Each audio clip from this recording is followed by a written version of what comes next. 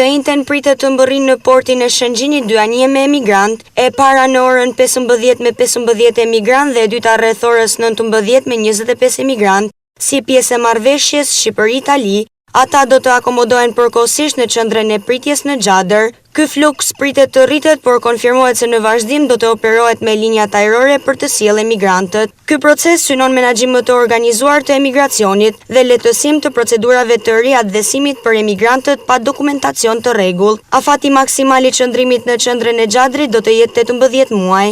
Ministri i Brendshëm italian Matteo Piantedosi ka theksuar se politikat e reja kanë ulur ndjeshëm fluksin e emigrantëve në Itali dhe se qendrat në Shqipëri janë një model efektiv menaxhimi. Pas një pauze të funksionimit të qendrave pritëse në Shëngjin dhe Xhadër, drejtuesit e qendrave kanë rikontaktuar punonjësit që ishin pjesë e bashkëpunimit të parë për të rifilluar punën në këto kampe. Duke filluar nga e-njëjtja, ky bashkëpunim synon të garantojë kushte dinjitoze për emigrantët dhe një menaxhim më efikas të fluksit migrator.